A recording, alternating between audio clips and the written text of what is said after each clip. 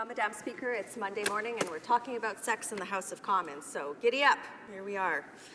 The motion before us today asks the Standing Committee of Health to examine the public health effects of the ease of access and viewing of online violent and degrading sexually explicit material on children, women, and men.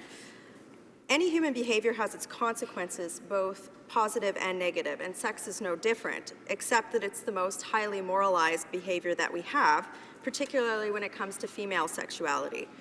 For essentially the entire history of our species, female sexuality has been something to be feared, sexual desire something to be suppressed, and only used for purposes of reproduction, ownership, or shows of masculinity. There have been two transformational changes in how we view sexuality that have happened in very, very recent history. First is the ability for women to manage their fertility. When legal and freely available, reproductive health options allow women who have access to them to bear some measure of control on if and when they bear children. This, in turn, has allowed women who have legal and a widely available access to these options to gain higher levels of education, to enter the workforce, and for our society as a whole to challenge deeply entrenched norms attached to how we're expected to behave based on the sex that we've been assigned with at birth. I highly doubt that I'd be standing here, an elected member of Parliament, giving a speech on sexuality in the legislative chamber of a G7 country if it wasn't for this fact. This has also allowed women to explore their sexuality without the inevitability of child-rearing. Talking about women as empowered sexual beings with desires is something that would scare the living daylights out of many as little as a generation ago, and it still drives policies and edicts written by religious police in other parts of the world. At the same time, we've been transformed by the connectedness that the internet has blessed us with. We can reach out to somebody around the world with a few flicks of our thumbs. We can collect and manipulate data sets that were incomprehensible as little as 20 years ago. We can understand and drive prosperity in ways that we only dared to dream about in the wildest science fiction movies. The advent of the internet, Wi-Fi, and smartphones has also brought pornography out of the shelves of stores with blotted out windows to on-demand, on your phone, right here, right now. And today's porn is not your grandfather's porn either. We know that extremely violent and degrading images have become mainstream. The tectonic collision of these truly transformational changes is why this motion has been brought forward to us today, and I strongly applaud my colleague for bringing it forward in a timely manner before the House. So as women have become more sexually empowered, the reality is that our laws have not kept pace with the speed and access to which violent and sexually degrading materials have become available online. As my colleague who's presenting this motion mentioned earlier this morning, it's been 30 years, well before global connectivity changed, since Canada has reviewed laws and health impact of these types of images. As legislators, we have an obligation to ensure our constituents are protected and safe.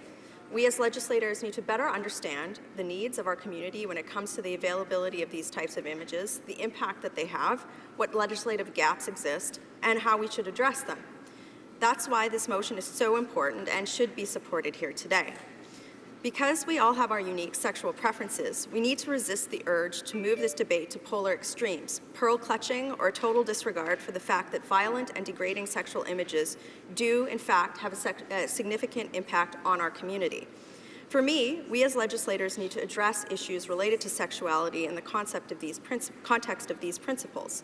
First, consent, with an understanding that sexual consent is something that should be enthusiastic and expressed by all partners.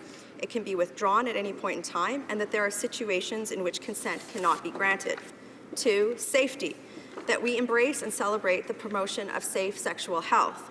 And 3, pleasure and respect, that sex is something that should cause pleasure for all partners in the broad range of meanings and terms that we ascribe to that, and that partners engage in sex in the context of mutual respect. My colleague's motion will allow us to review the impact of violent and sexually degrading images on our ability to both protect our population in a sex-positive context, as well as a broad variety of other issues. Given that the government has committed to supporting this motion, some of the information that I'd be keen to hear during the course of this study are, first, the effect of violent and sexually degrading images on our ability to educate our children about safe sex, consent, and pleasure. When I was in Copenhagen earlier this year for the Women Deliver conference, I had the opportunity to meet with a group called the Pleasure Project. And their reason for existence is to ensure that when you're talking about safe sex and the promotion of safe sex, that it doesn't have to be this thing where it's like this clinical, oh, you know, this safe sex is bad. They want to talk about it as a sex positive thing. So for me, when I look at the prevalence of degrading and sexually violent images on the internet, can those two principles coexist? I think that that's something that we should be talking about, especially when we look, and again, I know my colleague has respecting the jurisdiction of provincial legislatures in there, but when we have debates about sexual education, do we have the data that we need on that particular topic? The other concern that I would have that I'd love to look at is that these particular images essentially teach women that their only reason for existence in a sexual relationship is to be a vehicle of pleasure for a man in very violent and degrading situations. I'd like to know what this means in terms of feminist theory and how that actually affects women's rights in terms of the shaping of their sexual identities. And I also recognize that this example is given in the context of the gender binary. I'd like to know what these types of images mean in terms of fetishization and degradation of trans men and women. I think that we also should study, within the scope of this, the effect of this industry on the health and well-being of the actors in this industry. If any of you, if my colleagues in here find yourself, as I often do, at 11 o'clock at night, looking for something on Netflix, I encourage you all to watch a very difficult documentary called, I think it's called Hot Girls Wanted.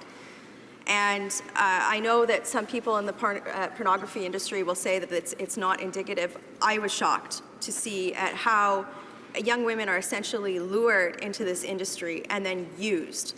So I would like to hear about how the industry actually brings actors into it, how they're treated, and whether or not this is something that is empowering for women, which I highly doubt. In fact, I would be very happy to argue against that, because I think it's actually very degrading and crazy that we haven't actually looked at the effect of the industry on the protection of women and girls. The other thing that I think we could study as part of this motion would be the ease and availability of these images on rise of violence against women. My colleagues who have spoken to this motion already here today have talked about how when these types of behaviors become normalized through the ease and availability of these types of images that we see today, that in fact there likely is a rise in violence against women. So to me, I'd be very interested in knowing about how the ease and acceptability of these images actually increase, if it does, and I'm sure it does, violence against women. And then what are the legislative gaps in terms, or programmatic gaps, that we as legislators have responsibility to deliver upon?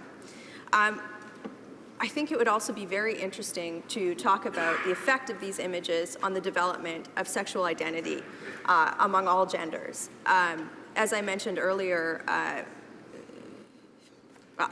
I'll give an example. I have an acquaintance who teaches elementary school, and I had the opportunity to just shoot the breeze with her about a year ago, and I said, well, you know, where are the kids at these days? And her response to me was, well, I didn't expect that I'd have to deal with talking about anal tearing with grade 6-year-old girls when I started my degree, or when I started teaching, because these girls think, A, that it's sexually acceptable because boys have grown up watching this, and B, that they can't get pregnant doing it that way, and C, that it's something that the boys want, so that they should do. I'll be honest with you, I never thought, like I can't imagine being confronted with a girl of that age telling me that she had been engaging in those behaviors without any sort of context on what that means, because her partner had been looking at these types of images and it had been normalized within him. So my colleague from the NDP talked about the fact that there is a lot of different type of research that's out there, and there's not a lot of conclusiveness. But I think what I'm hearing today in the House is unanimity, that there's an understanding that this is a problem. It's a public health problem for this country, that a study would in fact be very beneficial in terms of informing us on what sorts of legislative gaps we should be addressing, as well as programming that could be delivered. And my hope too would be that the committee, once it finishes this, comes out with some concrete recommendation in terms of follow-up on further education. How much time do I have left? And I'm done. I'll close very quickly in saying, my colleague also said, why table it here instead of in committee? We've had other motions that have been presented in the House that have talked about assigning a study to a committee, and they've been accepted here. I think this is very important, and I strongly encourage all of my colleagues to support it.